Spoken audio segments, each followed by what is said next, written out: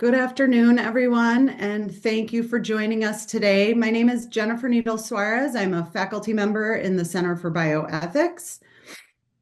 Thank you for joining us today for this timely and important discussion by Dr. Berry, who will present Whose Job Is It Anyway? The Ethics and Management of Hospital Efforts on Social Determinants of Health. We have a little housekeeping before we turn it over to Dr. Berry. Next slide, please. Just logistics. The raise hand function is disabled. Questions can be entered into the Q&A. And if you have issues with technical problems, please just put a question in the Q&A and our center staff will help you. This talk will be recorded and you see the link for the website. We have enabled captioning for this. And there will be 3 ways to access an evaluation after the talk today. It'll pop up in the web browser at the end of the talk. There will also be a presentations details document that will be placed in the chat during the talk, as well as you will receive an email after the link to complete it. If you are seeking credit for today's attendance for CEUs, there will be a form in the presentation details document. For students interested in IPE credit, you have a reflection form to complete at the end, which will also be in the presentation details document. And for biomedical engineering students, you will also have to complete a quiz in the assignments tab in your Canvas page. And it requires 75% attendance today. We'd like to thank our partners and co-sponsors for today's talk. The Center for Anti-Racism Research for Health Equity within the School of Public Health, the Center for Race, Indigeneity, Disability, Gender, and Sexuality Studies in the College of Liberal Arts, the Program for Health Disparities Research in the Medical School, the Center for Global Health and Social Responsibility, the Rural Health Research Center, Business Advancement Center for Health in the Carlson School of Management, College of Pharmacy, the Medical School, the Schools of Dentistry, Public Health, and Nursing. I am incredibly pleased to present to you today Dr. Kelsey Berry. Dr. Berry is a lecturer in the Department of Global Health and Social Medicine at Harvard Medical School. She also serves as the director of the Foundations course in the sequence for the Master of Science in Bioethics and serves as the co-chair of the Organizational Ethics Consortium at the Harvard Medical School Center for Bioethics. I could go on for some time to share more of her bio, but I know everyone is very interested in hearing from Dr. Berry. So at this point, I will turn it over to you, Dr. Berry. Thanks so much, Jennifer. I'm really thrilled to be here. And you all just got to see my bio picture where apparently I wear one single blazer for all public appearances, whether that's my headshots or any presentation that I'm giving. So it's really lovely to be here. Thank you so much for the invitation to you and to Deborah. And as you said, yes, I'm going to talk a little bit about social determinants of health today, and in particular, an angle on the question as to who ought to be addressing those. So let me make sure I'm in slide show mode. There we go. All right, beautiful. I also wanted to note I have no conflicts of interest to share with you all. And I wanted to give a special thanks to a good friend and colleague of mine, Lauren Taylor, who not only inspired the name of today's talk, but also is a thought partner with me on this work that I'll share with you today. And I would have insisted that she be here as well, except that she's present, I'm sure she's okay with me sharing this, on maternity leave, enjoying her brand new son. So please imagine, if you know who Lauren is, that she's here in spirit. And if you don't yet know who she is, I hope that you'll take a look at her work as well. So I think with that said, let me kind of tell you a little bit about what we're going to be up to today. First, I want to say a little bit about the growth of social determinants of health programs at health systems and some of the resulting debate. And then I'm going to pause and ask for some help from our esteemed organizers today to kind of stage the debate in a slightly more theatrical way. And then we'll use that as kind of a shared text from which to examine some often unstated assumptions that tend to be at play when people have really intense disagreements over what ought to be happening with respect to social determinants in healthcare's involvement. And then I'll try to be fairly practical and can put my decision maker hat on and reflect a little bit on how we might take those kind of identification of unstated assumptions to think through a question about whether whether a health system ought to take on additional investment in social determinants related projects. So with that, let me tell you a little bit about the rise in programs at health systems that address social determinants of health. I do want to acknowledge it's not as if one day healthcare kind of woke up and said, oh my goodness, health and social needs are really important, right? This has actually been kind of a long-standing, I wouldn't say theme, but trickle, where clinicians in certain health organizations, over the past, 50 plus years have actually been hard at work taking an expansive view of determinants of health. And there are kind of specific, isolated examples of that being the case. But I will say that certainly there's been a change in the policy landscape over the past 10 or 15 years or so, more so 15, yeah, that has encouraged and sometimes financially incentivized healthcare delivery systems to be responsive to patients' non-medical needs. And this has really turned attention to social determinants of health by the healthcare system into a theme and a trend. So this kind of shift in the policy environments happened at the federal level. You might think about the Affordable Care Act. They put a lot of emphasis on the kind of readmissions penalty. So hospitals had to think creatively about how to keep people from coming back to the hospital. It's also been happening in a lot of state policy reforms, I'm thinking particularly about various forms of Medicaid redesign. That's the kind of keep calm and disrep on thing of emblem in the bottom of the slide there. And then it's happened more locally, of course, and also some foundations like the Robert Wood Johnson Foundation have also put social needs very much into the water as an important priority for healthcare systems to be attentive to. And so the response has certainly been a fair bit of activity on the part of hospitals and healthcare systems, in a few different areas. I would pull out two in particular, which is with respect to food insecurity and then also housing. And so let me say a word or two about each of those just to give you kind of a flavor.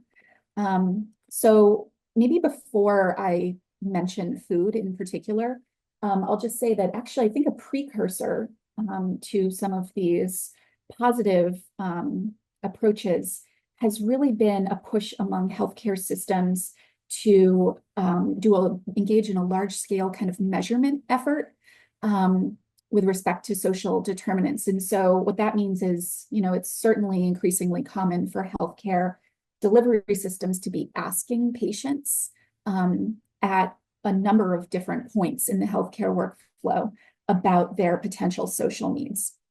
So that kind of measurement effort, coupled with the policy environment that I just alluded to, really demonstrated, certainly among uninsured and Medicaid populations, but not just those, that there's quite a lot of social need out there.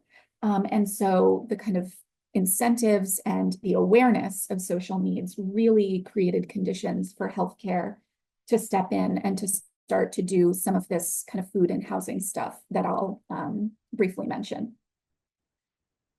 So when healthcare systems are kind of getting involved in food, and saying, yes, we're going to do something about this programmatically, you can think about a few different activities. Several hospitals set up on-site food pharmacies, which are essentially food pantries with maybe some nutritional requirements and restrictions on site at the hospital. And then you could also think about things like mobile markets, or even home delivered and in some cases medically tailored meals for their patients. Now, I won't go into much more depth here. I'm actually just trying to whet your palate so you have a sense of what we're talking about when I'm talking about healthcare kind of doing social services or engaging in the social determinants of health. The second area that I was going to flag is housing, where there's been a fair bit of activity. So what it looks like when hospitals are, as you see on the left, kind of getting into the housing business.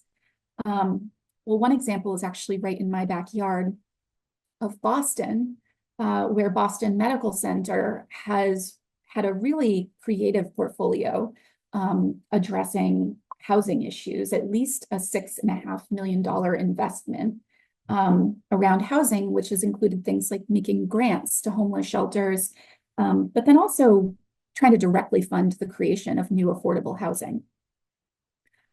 You can also think about healthcare delivery systems getting involved in housing in other ways, like trying to cut red tape and prioritize high-need, high-cost patients to get them to the front of the line for various housing opportunities, which is not terribly uncommon, but also not, uncontroversial for reasons that you might imagine. And then a little bit rarer, but I've seen a few examples of healthcare actually kind of leading or supporting the effort to generate new housing supply. So one example, being in Oregon, where an accountable care organization committed more than $10 million for the creation of new housing. So food and housing are really, they're not the only areas, that healthcare delivery systems are getting involved in. There's also some work around workforce development. I won't say much about this, but just to give you an example, some hospitals are building these kind of workforce training centers and programs to serve the local communities. But with all of these kind of examples popping up over time, and I've kind of pulled examples actually that were from a few years ago, so you can follow up on them, although I'm not going to do that in our discussion today.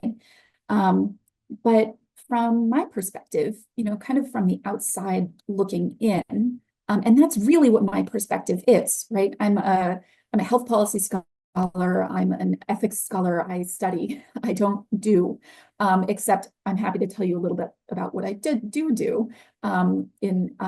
the end of the presentation. But I'm not the one, right, implementing these programs. I'm kind of watching them, and in some sense, watching them with great pleasure. Right. As I said, my background is, as you know, in ethics. And so there's something about observing people and groups kind of broaden their sense of responsibility for others' well-being and stepping outside their comfort zones to try to do some good that really, it really strikes a chord and resonates with me. And so I've, often seen these thinking, oh, fantastic. But on the other hand, I've talked to my family who are in a bunch of different areas. They're not all healthcare folks.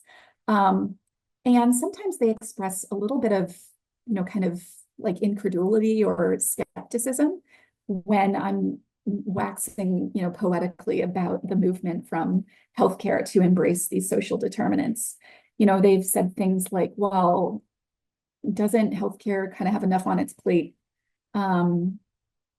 What the heck does it know about food service? What does it know about housing? Where housing should go, right? Which communities are most deserving? And then, even more slightly cynically, my family has remarked something like, well, sure, healthcare is doing this, but it's got to be because there's something in it for them.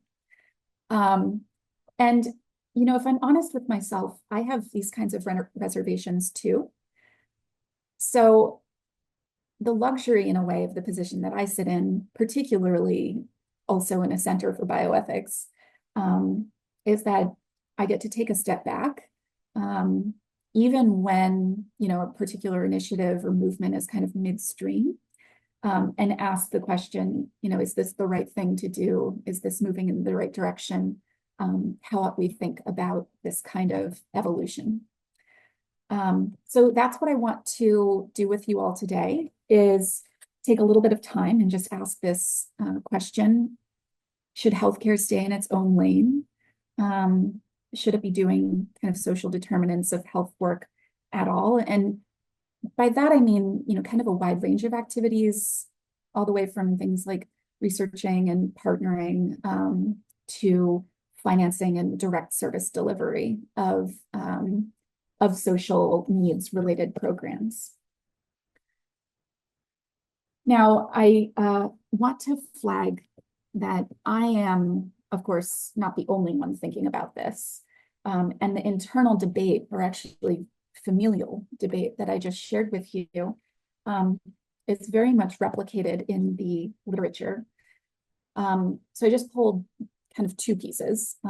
We could have gotten a lot more on a slide here, but here you see Dr. Magnin writing in 2017 for the National Academy of Medicine, a piece directed towards hospitals saying, I'm going to pull out this quotation here, with the failure of our current health system to deliver better health and well-being at an affordable cost, exploring opportunities in the other determinants of health seems wise, if not imperative. And actually, this piece came from faculty at the University of Minnesota, where this talk is based. We have to say that when we're in Zoom land, where the talk is being hosted from. And the University of Minnesota has also kind of strongly embraced social needs interventions in its health system. So just a little note on that. And what you'll see is, this is a fairly strong endorsement of healthcare systems, delivery systems getting involved in social determinants of health work. But we've seen kind of equally forceful perspectives on the other side. So here's Sherry Gleed and Thomas Downos from New York University, who say, we disagree. Health systems should tread warily into providing social services. It has real risks. Social determinants of health should be addressed by the social service organizations and governments that specialize in this work. And so, like I said, I could have pulled a lot more from the literature that kind of exemplify these, what I think of as two different positions. But what I will do instead is just kind of summarize in broad strokes for you some of the arguments on either side of this debate. So roughly speaking, we have two sides. Like I said, the side that says healthcare should engage, and those that, are more on the side of healthcare should stay in its own lane. And on the left side, this healthcare should engage side, there's a fair bit of reliance on data, saying, look, we know from now decades of research that this stuff, right, social need influences health. And by implication, to the extent that we say we're a health system, it would seem kind of silly for us to turn a blind eye or walk away from what we know is actually influencing health. Beyond that, those who feel healthcare should engage also tend to rely on the idea that healthcare has the trust and perceived legitimacy of their patients and of their communities. So the thought is that it's good for healthcare to show up in this otherwise relatively underfunded and undersupported sector, at least in the United States, to bring kind of additional weight or clout to the idea that social services matter. And then on the individual level, patients also trust their healthcare providers, at least ideally, and may put more weight in their recommendations, right? Or in a kind of prescription from healthcare, or in a program, right? A food pantry on site that they're meant to engage. And then, of course, proponents will also say, look, healthcare is just amazing at learning. It's new processes, new protocols, it's not like they're coming out every day, but there's certainly been a trend of healthcare adapting, right, to new knowledge about quality improvement and procedures that facilitate improved medical care. And so the thought is, look, even if healthcare doesn't now know much operationally or otherwise about how to deliver social care services well, or kind of which to pick if they're working towards a financing role, it doesn't mean that they can't come to know what they are doing very well. Now, on the healthcare should stay in its own lane side of the debate, one of the big concerns really is to do with efficiency and opportunity costs. So the concern is that everything that healthcare does winds up expensive. And if we're just even thinking, kind of about administrative costs, 15 to 30 cents of every dollar spent on healthcare in the United States goes to admin, insurance overhead, that sort of thing. So this is not a lean operation by any means. And the question is, why would you give healthcare more to do when resources are already limited? That money could plausibly be better spent elsewhere, whether it's going directly through social service budgets or to social service organizations, rather than being kind of shuttled through the healthcare organization, and the healthcare organization then pushes it back out into the world. There's also the expertise argument, which we already kind of addressed. And then a concern regarding democracy. So we know in the United States, most healthcare systems and organizations are in the private sector, whether for profit or not for profit. They are in the private sector. And so the concern being that, if we engage them or give them kind of social needs as well, it will have a sort of privatizing effect. We might look at, the healthcare executive and ask, who elected this person to decide key features of our shared social environment? Picking winners among different communities for where new affordable housing is going to be developed, for example. Where is the representativeness there? And that sort of thing is a democracy concern, right? That we're, if we look to healthcare, that we will even further privatize the provision of services that are crucial to the societal well-being. And then finally, a kind of valuation concern has been raised, where we know that healthcare institutions have their own interests and priorities, which may result in their undervaluing social goods by interpreting the worth of those social goods only in line with healthcare's priorities.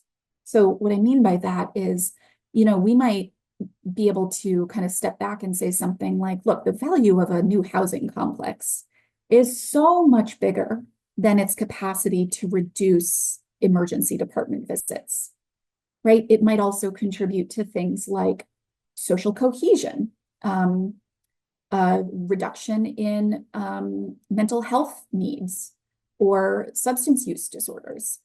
It might also contribute to reduced truancy, right, among young people at school. So this social good is kind of pluripotent, right? There's so much to what it can do, rather than its value as it might narrowly pertain to the healthcare organization's bottom line. That's kind of a cynical way of putting it, or even just to the healthcare organization's emphasis on kind of measurable indicators of health.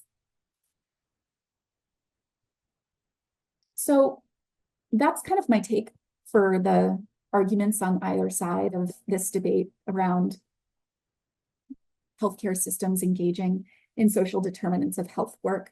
And like I said, there's this kind of luxury of the nature of the work that I do in ethics to really sit back and kind of ponder these debates at great length, and even perhaps never to arrive at an all things considered judgment.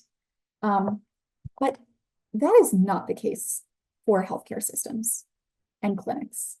They don't have the luxury of equivocating. They often, in fact, always have to make a decision, right? So are we going to engage or not? Are we going to participate in this particular domain of social need or not? Are we going to select this particular initiative to address a social need for that initiative. And through their inaction as well, they are making some kind of a decision.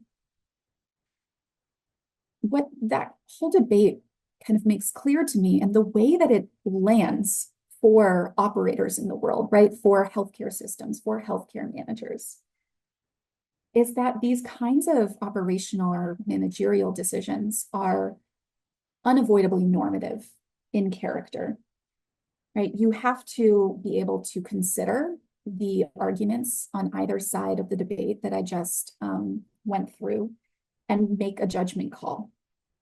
And the making of that judgment call is very much doing ethics. So there's I think sometimes a perspective of ethics that it's this, kind of abstract theoretical enterprise, purely philosophical, right? You only do it when you kind of step back into a headspace, a protected headspace where you're not actually engaging with the real world. Probably I don't have to disabuse you of that notion, considering the number of individuals here who I know in operational kind of professional roles in medicine and healthcare and other fields, who know that it's actually the decisions that we make every day through which we develop our ethical character as individuals. And when we're making those decisions on behalf of our organizations, right? Figuring out, are we going to put this organization's resources behind a particular cause? We're also developing the ethical character and agency of those organizations as well. So this is just a moment to kind of acknowledge that these debates, right, about social needs in particular, or more broadly about kind of hospital and health system strategy and policy, are very much normative and ethical in the sense that they implicate our values and our responsibilities. So let me, at this point, with this backdrop, I'm going to ask Jennifer and Deborah to join me on screen. And what I've asked them to do is to kind of read a little script of a debate that I imagine playing out among operationally inclined people in a health system about this issue of social determinants of health. And before we get started, let me just set the stage for you.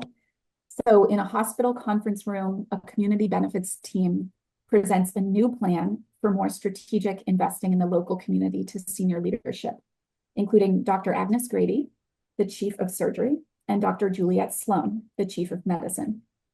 The new plan has several pillars, each of which outlines institutional efforts to address a health-related social need. Over a coffee break, the following exchange ensues. Have at it.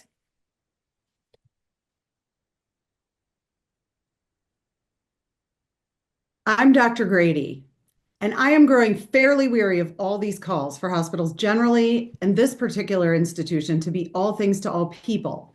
Food banks, housing investors, job placement services. I mean, that's just not what we do. At what point do we have to stand up and say, we are a medical institution? Role boundaries are important for us and must be respected. Well, I would agree, except we say on our website and elsewhere that our goal is promoting health. In that case, this stuff feels pretty squarely in our lane. Besides, we're doctors. It feels pretty antithetical to turn our back on local needs. Oh boy, I see you've drank the Kool-Aid. Respectfully, if your kind had its way, we would become a full social service agency and maybe a political lobbying organization to boot. It's an old adage, but there's real merit to it. No margin, no mission. It's more important we be here to do what we do best than not be here at all because we were financially irresponsible. If I had $1 for every time someone told me no margin, no mission, I'd donate a large sum of money to all the causes we're talking about here. Well, I'd celebrate you as an individual doing so. Just don't ask our hospital to do it. Agnes, the cavalry is not coming. There are people in our community with incredibly real needs, needs which are undermining their health. We work at a very wealthy and powerful institution. What would it say about us as people and as professionals who to know so intimately about them and to do nothing? I'm not saying we have to or should solve poverty, but inaction is morally indefensible. Well, you're right. Someone should act. I'd suggest that it be one of the many local service or social service organizations. It just shouldn't be us. They don't have the capacity to do what needs to be done, and we all know it. That's true. It's a public policy problem. It's not a healthcare delivery one. As someone who lives in this community, we cannot afford to take that view. Well, as someone who works in this institution, we cannot afford to take your view. End scene. Thank you both so much. Bravo and beautifully done. So what I'd actually ask folks to consider, as they kind of sit in their home offices or wherever they're viewing this from, is whether they've either been part of a conversation like that themselves, one that kind of gets heated and both kind of abruptly turn off their Zoom screens and depart, kind of rejecting the other's perspective wholesale, or if they've observed such chats in coffee break rooms and really this kind of questioning about what the right path would be. I think that with that fairly heated debate in front of us, the question that we get to here is, who is right? And I think that what I'm going to try to do here is transition to saying that I think both of them are right under different unstated assumptions. And I will try to unpack in what remains what I consider to be one of the key unstated assumptions that these two individuals are working with, and that animates a fair bit of disagreement around the engagement of hospitals and healthcare systems in social determinants of health. So let me start by saying that in an ideal world, I am definitely Team Grady, and that was the role played by Jennifer. In the world that we live in, that is to say, corrupt and deeply challenged, in the sense that many people don't live up to the demands of justice, many systems don't live up to the demands of justice, then I'm Team Sloan. And that was the role played by Deborah, the one who is advocating for involvement in social needs related initiatives. And what the kind of key element from Dr. Sloan's perspective is that the idea that the cavalry is not coming. So my own sense is that while I would, under kind of ideal circumstances, right back in this world, tend not to lay social interventions at the feet of healthcare delivery organizations, in this world in which we live, I'm really quite committed to the idea, as the kind of Dr. Sloan character said, that inaction is morally indefensible. So let me draw our attention for a moment to just a tad of political philosophy to unpack these kind of unstated assumptions a little bit more, so that to the extent that you feel you want to be able to analyze the sorts of arguments that you hear on this topic, or even make arguments yourself, you have a little bit more kind of support and reflective capacity around those kinds of arguments. So political philosophy offers us two modes of theorizing, ideal and non-ideal, as you see on the slide. And the key distinction between them is the nature of the assumptions you're making, that is to say, about the background conditions under which you're forming a plan of action.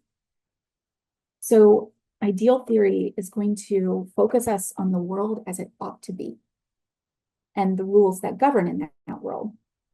So for my ethicists on the call, or really anyone who might have taken a political philosophy course at some point in their education, if you read John Rawls, this kind of theorist of justice, what you were reading is ideal political theory. trying to answer the question, what would a perfectly just society look like? What would it do?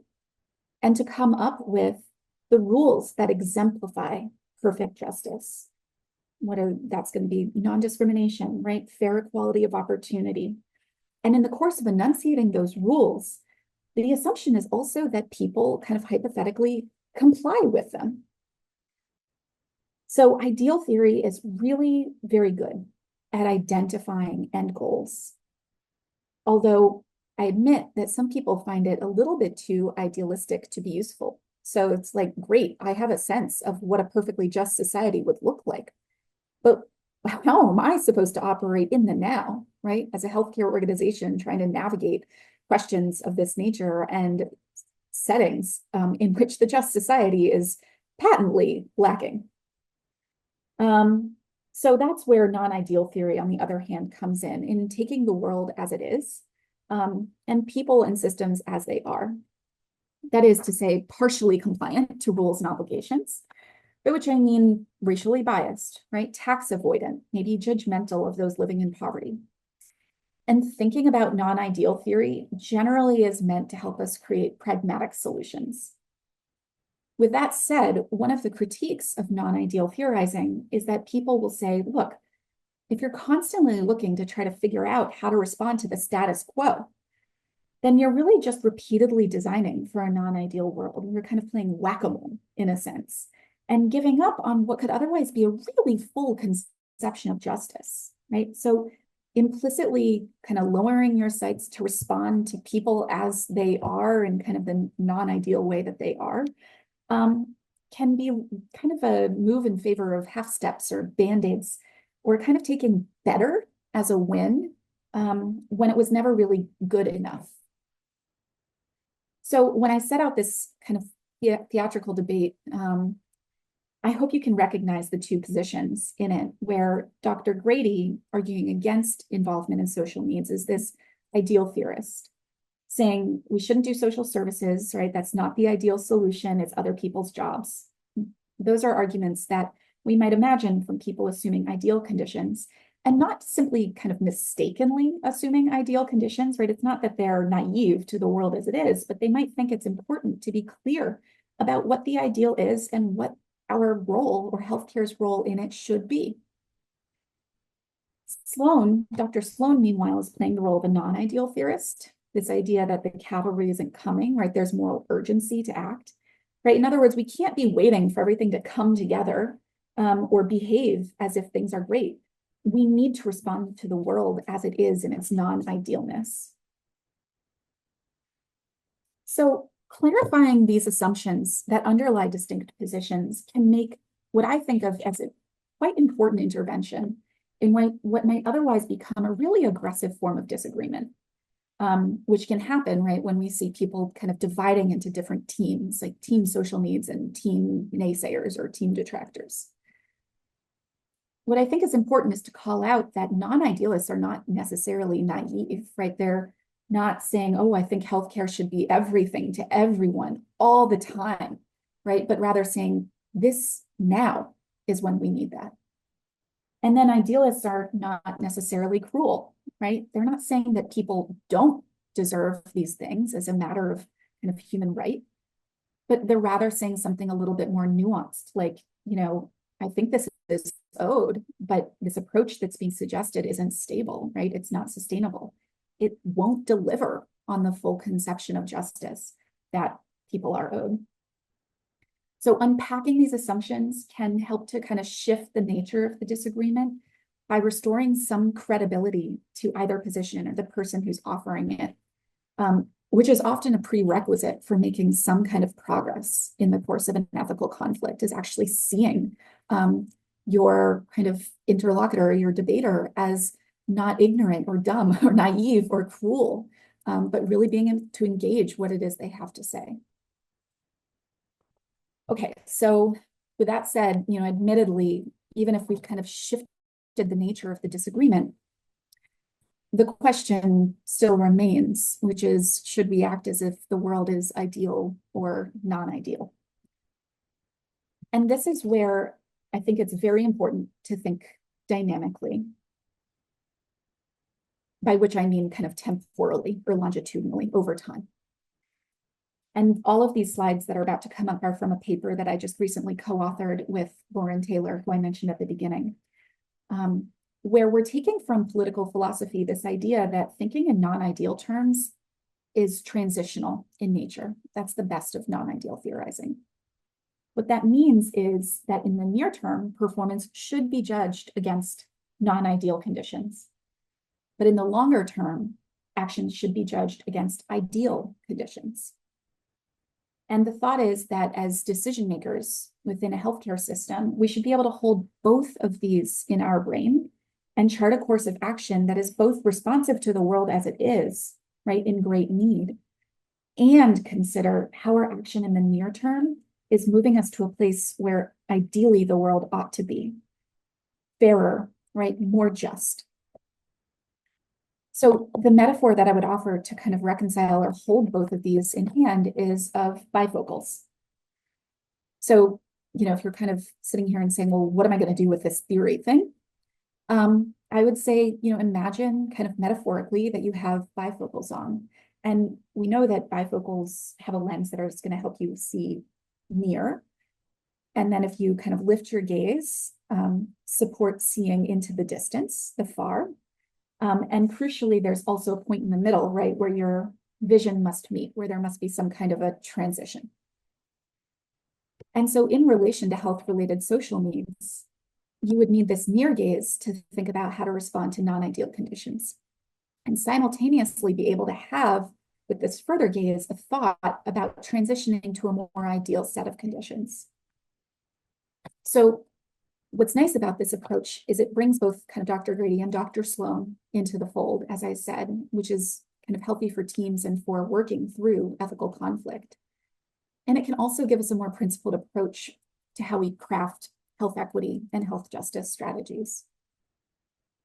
So let me make kind of one note here, which is that there's a real risk when someone says, oh, you know, the world is non-ideal right now, we should do X, right? To be able to say, because the world is non-ideal, I have full permission to do whatever. All bets are off.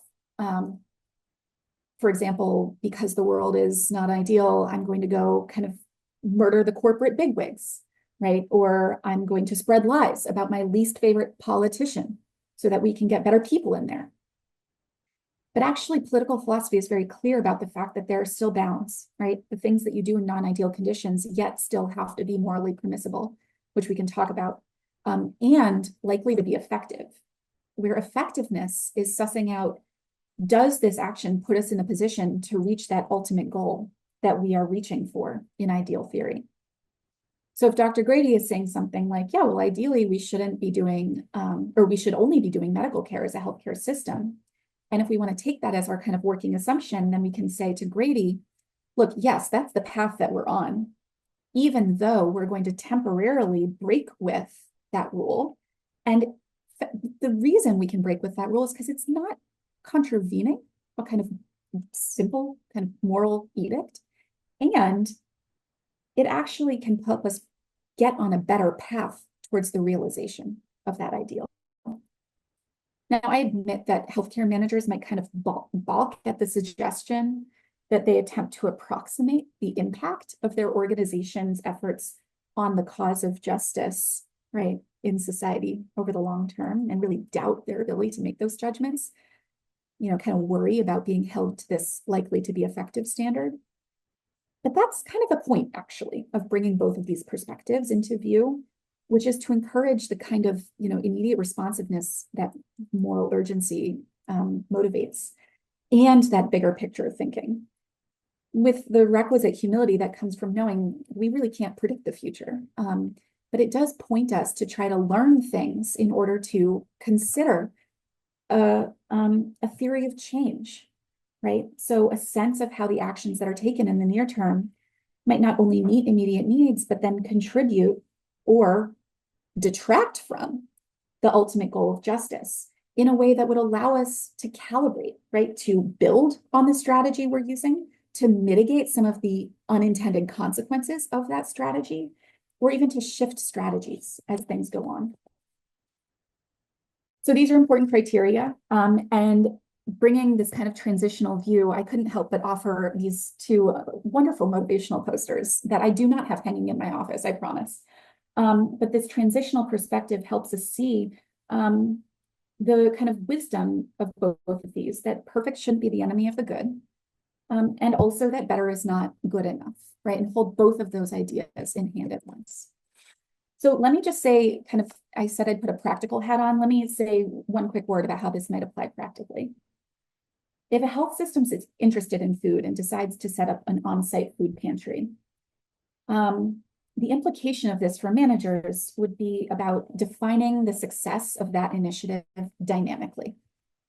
So I sketched this out merely for discussion purposes. You do not need to pay much attention to the numbers. But what's happening is the health system is screening patients, referring them to their pantry, and then in that third column is the number of patients who are actually getting the food. And you just have kind of different points in time, T1, T2, T3 going down. So you could imagine a kind of classic analysis of performance. This implementation would represent a phenomenal success, right? The numbers are going up monotonically, more eligible people are getting referred and are getting food. So the non-idealists would look at this trend line and say, look, this is a total win. A lot of people who wouldn't have otherwise received food are getting it now. And so, and that's a basic human right. So we're ahead of the game by virtue of the health system's involvement. On the other hand, idealists would say, look, this is a loss, right? Health systems get to determine who's deserving of food. Their view might be too narrow as compared to what would happen if a food-focused organization were taking the lead. So if we kind of go back to thinking dynamically, what I would say is great. Like, I think most health systems, in fact, have a role in the near term to respond to non-ideal conditions as best they can, where we should view that intervention as a great success. But the question would then be, where is the plan or the behavior that would bring about or at least acknowledge the more ideal conditions to which we aim, where communities have more agency, right, in designing the kind of food availability, where social service organizations are not quite as precarious, for example. So in terms of measuring effectiveness, there's a point where we have to have an intention to shift strategies to enable what is hopefully a more ideal world coming into view. That's the world that will then allow healthcare to step back from its non-ideal role and contract, right, kind of take on more of the role that Grady is advocating. So the green line is just the degree of health system engagement in health-related social needs. And the blue is the intensity of engagement from social service organizations or even public policy. And I put that out there to kind of reinforce that we could be nearsighted and say, look, we have to make this decision right now and decide forever, like yes or no, are we doing this social needs thing? But that a longer time horizon can actually bring those conflicting perspectives more into view and into a sense of relationship. So the bifocal lens is doing that, is bringing each of these pieces of the graph into view. And let me just call attention to one very practical insight, which is the decision to shift gears between a near-term strategy and that is responding to non-ideal conditions and this kind of longer-term strategy that responds to the ideal is tough and it's judgment-laden. And I am not here to answer that question with specificity, but I really do think that that's the nature of the question that management should be asking. Thinking, how are we going to titrate our approach? This is not a set it and forget it kind of thing, right? We set up a program and then just keep letting it run forever. But it's really looking not just internally at the health system, but considering, what has been the effect of this in the community, on social service organizations, on policy, and then how can we kind of build in those domains to be able to offload and share this work. So I think that the helpful thing here is the bifocal view is bringing a shift in the questions that are relevant for decision makers from this kind of binary, do we do X or Y once or for all, which can really lead to the kind of divides and divisions and character attacks that leave people on either side of the X or Y, right? That kind of forcing a binary in the answer to a question can force division in the interlocutors who are trying to address it.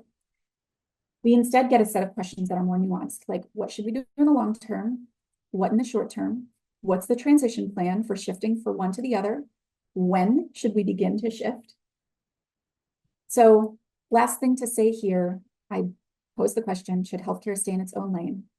Few summary points. The analysis of what a health system is required to do ethically will be strongly influenced by ideal or non-ideal assumptions and conditions. My own view is that non-ideal assumptions are appropriate in the near term, such that healthcare's engagement is at least morally permissible, if not required, in health-related social needs.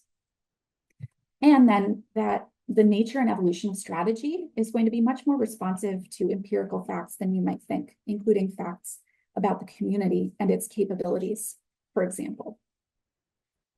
So with that, I will say thank you very much. I'm glad for questions and appreciate being here. Thank you so much, Dr. Berry. That was really an incredible talk and understanding some of the nuance of a question I think many people on this webinar today are curious about. And I just want to start off with one question of your assertion at the beginning that a lot of these sort of business-like decisions are actually really ethical in their basis. My question for you is, what, if any, role do you see as ethicists in being at this table when these decisions are made? And are you aware of how that is working in other systems, or particularly in environments that have chosen to take a more assertive approach to dealing with social issues? I love that question because I have to tell you, I've run a consortium at my own institution on organizational ethics, which is all about, how do we bring ethics into management choices and decisions? And it's mostly attended by ethics leaders in my environment, but their leadership is generally tethered to their work in clinical ethics, right? So they might be kind of head of the clinical ethics consultation service or something of that nature. And they and I all see the kind of normative nature of the decisions that are going on managerially. And the question of how do we get a seat at that table so that we can offer that kind of framing and insight is the perennial question that is being asked. And I think that there's a little bit about organizational behavior that can be brought to bear in answering that, right? When you think about how do you shift and help other people appreciate your expertise, how do you operate in an organization to broaden your purview? I'm not an organizational behavior theorist, so I can't give you all the great tips, but I can say, that there's, I think, some risks to be attentive to, which is to say, when you bring kind of ethics as an external element into managerial decision-making, it gets often misframed as moral police, right? And similarly, there's this kind of underlying assumption that ethics is something different from what I'm doing on a day-to-day basis, already in the kind of bifurcation of, hey, I'm the ethicist and you're the decision maker. And so there's this refrain that was generated for ethics by a good colleague of mine, Lachlan Farrow, who started up the clinical ethics service at one of the academic medical centers in Boston, called Ethics is Everyone. And so there, the role of the ethicist is, the quote, ethicist, right, is actually not to analyze the decisions that come to other people, but rather to enable the people who are making those decisions to identify their kind of normative character and to bring some kind of a moral awareness to it. One of the programs that has really emphasized that kind of work is the Advanced Ethics in Leadership program, AELP, that is, let's see, based out of Colorado.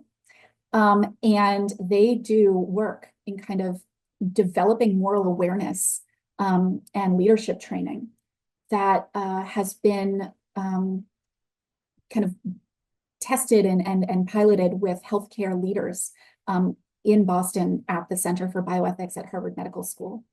And so the idea is there may be a lot of different approaches to facilitate awareness of the normative character of these managerial decisions. One might be, right, to literally embed an ethicist, right, in these kinds of rooms at the table. Another might be to take a step back from that standard model and say, look, we actually need to rethink the nature of training that is going on for individuals who are likely to ascend into these leadership positions. And I have a perspective that we should have more healthcare trained people coming into leadership and kind of board of director roles in healthcare systems. I think that would help those systems stay more inclined towards their missions. But so there's an opportunity, right, to like not just do the medical ethics training that is standard in medical school, but to also help individuals who are going into medicine identify the managerial and systems level questions. And then to the extent that we still have people who are coming predominantly from a business background, I think that we need to think more broadly about what a Center for Bioethics is really meant to be doing. If it's only meant to focus, right, on supporting the education needs and research of individuals in health systems, in healthcare training programs, or if for the good of the health system, right, there's actually a need to reach out a little bit further. That was a really long answer to your question. But I think that there are like straightforward, just try to get an ethicist in the room, which is tough, not gonna lie. But then there's like this bigger picture thinking about how you get these questions under the radar and with the expertise of ethics at their home. Thank you. One of our attendees was curious about utilizing social workers who are already embedded in hospitals as an opportunity to really approach this from the hospital side with people that are already doing the work. And I'm curious your thoughts about that. I love that idea. The fact that hospitals now employ social workers is in and of itself an incredible win. Like it just seems kind of commonplace now that that's the case. That's not always been the case. One of the kind of research areas that I used to work on a little bit more intensively was with respect to organ transplantation and decisions on listing patients on the transplant waiting list. And those decisions are made by these interdisciplinary teams, right, that combine your surgeons, your medical practitioners, your social workers, your nurses, right, these kind of teams that are in the ideal case really learning from one another about how we think about the social needs of the patients who are coming to us. And in the kind of, certain settings, how do we then support those needs so that we can list the patient instead of denying them access to this kind of important medical intervention? So some of the research that I was doing on that, though, was really looking at the way in which social workers are often sidelined. And so it's a really tough dynamic, I think, to navigate within an organization that they have special expertise that would facilitate this kind of work in healthcare far better than had it been done without that sort of resource. And yet, by virtue of the hierarchies and the kind of presumed ownership of the healthcare system, it's really been tough to engage that expertise in a meaningful fashion. I think the other thing is, like, when we think about this bifocal lens, so I think in the near term, this is a beautiful solution. I think that there is also an incredible amount of expertise in the community, right? Individuals who are doing the nature of work that social workers are, except they're at community-based organizations, in social service organizations. And so what I would also propose is that there is a role for healthcare. I'm not going to say how big this role is, but to think beyond their own social worker, healthcare social worker force. And into thinking about how do we actually tap into the capacity, the resources, and the knowledge that is based in this community in a way that would allow us to transition from owning this as healthcare to collaborating, partnering, and transitioning this. I think we have time for one more question. There were a number that came in about your commenting about larger health systems having some responsibility. And people were questioning, well, what do smaller health systems that may be operating at a loss or actually more impacted by social determinants of health within their patient population, from the standpoint of this is a community problem as opposed to a health system problem, do you see any way that larger systems may also facilitate that for smaller systems? Yeah, well, one thing I would be wary of is the suggestion that there ought to be further consolidation in the healthcare industry so that large systems like thread smaller systems into their existing kind of, so I wouldn't want to push in that direction necessarily. This is actually one of the major critiques, right, of arguments that kind of wholesale say healthcare get into the game, because there's a recognition that there is a range of different capacities within healthcare organizations.